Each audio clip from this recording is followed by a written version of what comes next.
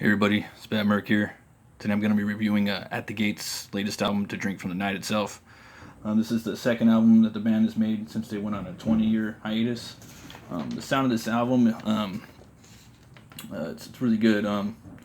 Thomas's vocals are just right on point. He still got it. The sound, the drums, the only thing about the main thing is you can't hear the kick drums that much, it seems like, but you sure can hear the bass a lot better.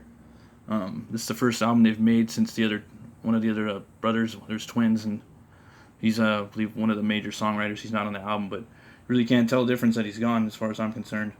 The guitar sound still has their signature on it. I like the clean over the distorted parts and the slow doomy parts. They're over fast, like tremolo riffing. It also has a lot of bonus material too, but I probably won't get into that. So I will say that they have different singers on this album singing instead of Thomas, so that's kind of interesting. I haven't seen any band do that. I'll give you a couple previews of the pages. Some of the album art kind of reminds me of like Dante's Inferno. It's almost like someone took paintings of like statues. It's pretty cool. The album just basically feels like you're going into basically darkness, and that's what it seems like. Yeah.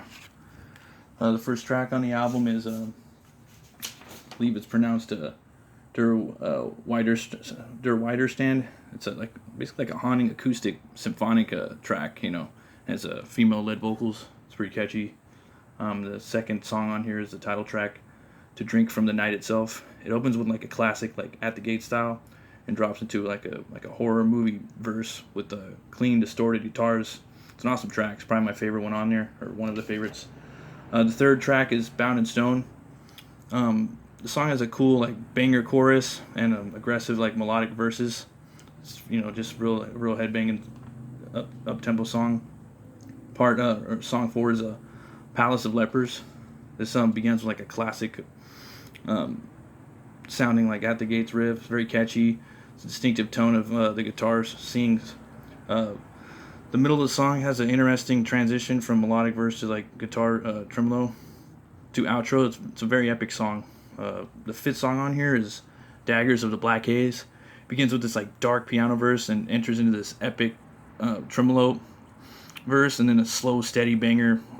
Has a cool melodic verse where you can like hear the bass really good.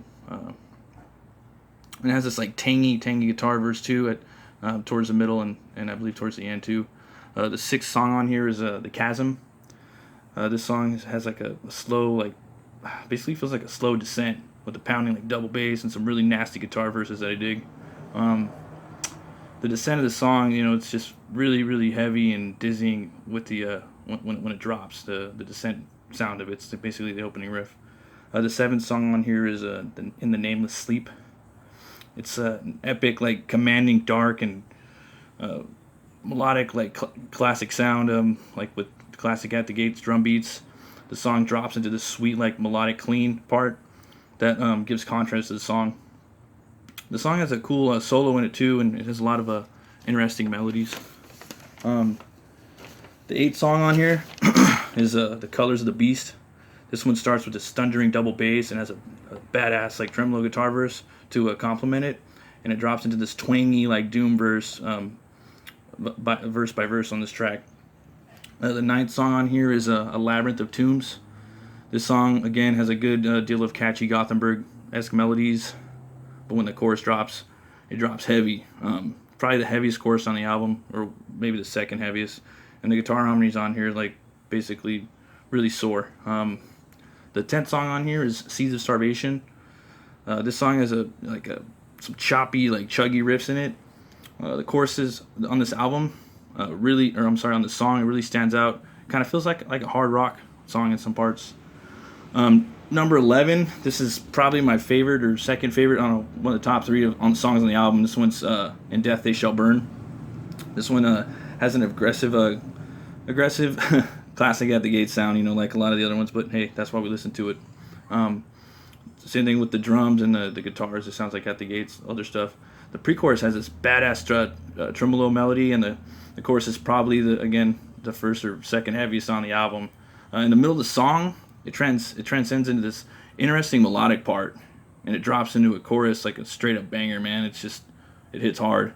The song feels like it's a ride straight to hell. That's what the song feels like. The 12th song on here is the Mirror Black. Basically, it's got this like clean intro guitar, and it's dark and brooding, and it goes into some tremolo parts, and then all of a sudden the song like transforms into this orchestrated verse and fades into the sounds of the first track with the sounds of the first track on the album with the female voice on it. All in all, this is a solid album. I can't wait till the next one comes out. This band, they said they're just going to keep putting out new material. They broke up 20 years ago, from my understanding, is because one of the twins, he didn't want to do it anymore, so they stopped and they went their separate ways. And they came back 20 years later, did another album. That shit was awesome. I'm going to do a review of that one day.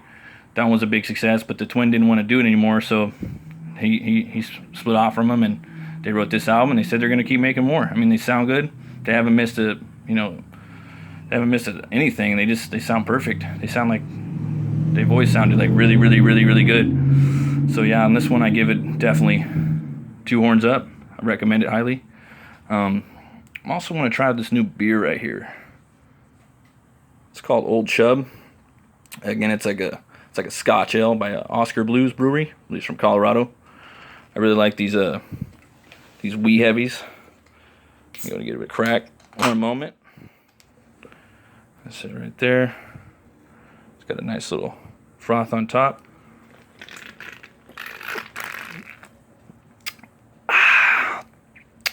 Yeah, that stuff's pretty good. Wow, I think packs a hit. It's about 8%, so it's got almost like a hint of some caramel hops, or a little malty too. Yeah, it's really, really good. I recommend this here, Old Chub Scotch Ale by Oscar Blues Brewery. And as always, thanks again for watching. Have a great night, and I'll see you next time. Don't forget to hit that subscribe button and like me if you can. Thank you.